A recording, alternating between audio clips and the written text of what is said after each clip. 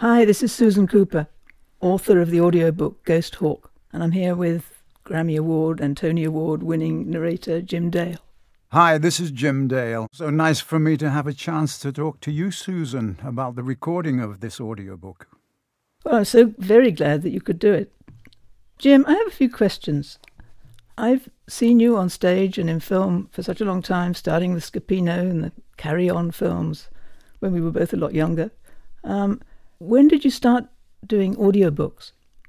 My first audiobook was when the first Harry Potter came out, and they were looking for an English actor who could perhaps do a number of voices. It went from one book to the next. So it's lovely to have had all 7 books under my belt, and it's nice to have grown up with all the children of those days. So that was my first trek into narrating audiobooks. Well, you're certainly good at many different things. I think you're the most versatile actor I know. I look forward hugely to hearing the voices in this one. Well, I'll never hear them because you probably don't know this, Susan, but I have never, ever listened to an audiobook of my own because from that very first day in Harry Potter, they came in to me about 10 minutes into the reading and they said, "Could you do those first 2 sentences again?" I said, "Yes, by all means. Can I hear the way I sounded?" And they played it back to me and I remember saying, "Can I do the whole book again, please? I don't like what I did." And they said, "No, there's no time for that." And so I decided that I would never, ever listen to myself. And I never have after 30 audiobooks. People say to authors, or our kids say to authors, "What's your favourite book?" or "What's your favourite character in this book that you wrote?" I never know quite the answer. Do you have a favourite character in Ghost Hawk?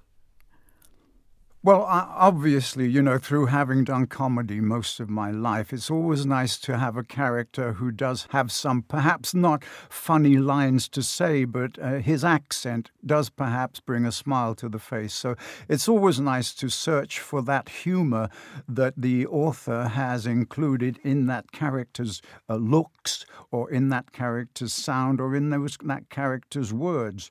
And in this particular book, there are 1 or 2 of the voices that I enjoy doing, especially the Cornish ones and especially the Yorkshire accent. Susan, look, it's my turn now. Let me ask you a few questions. For instance, what was your inspiration for writing Ghost Hawk?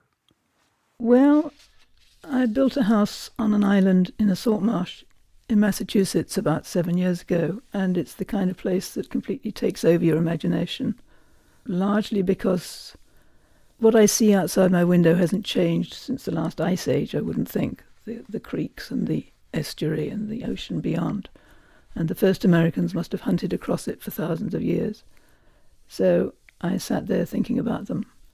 And then automatically, I suppose, as an English immigrant, thinking about the first English immigrants and the appallingly way that most of them behaved. And that was the beginning of the book. It's kind of the flip side of the Happy Thanksgiving image, what really happened. Susan, when you start a book, do you ever stop to read your work aloud to see how it sounds when it's spoken, or what? Can you give us an idea? I am hearing it in my head before it goes down on the page, and I drive copy editors absolutely insane because they try to correct my punctuation quite often to make it conform to the Chicago Book of Style. And they always hear me saying, "I'm sorry, I score my prose as if it was music." That may be the accurate way to put it, but it doesn't sound right. So it's the sound of the prose that comes first, which is, I don't actually read it aloud, but I can hear it in my head. Susan, what do you hope your listeners will take away with them from this fantastic story that you have brought to life? Well, I hope they will have enjoyed the story. With this one, you hope that, I hate to use the word lesson, but it's a story about human behaviour, not very good human behaviour. And we always hope that the next generation is going to do better. So I hope there is some subliminal feeling of, this is a story about how things went wrong. Perhaps it can show us how to do things right. It's great talking to you, Jim, and thank you so much for recording Ghost Hawk. It was my pleasure. Listen, I really enjoyed this audiobook, Susan. Really enjoyed it. It's one of my favorites. And thank you so much for allowing me to record it for you. And I do hope that your fans are going to be pleased with the result.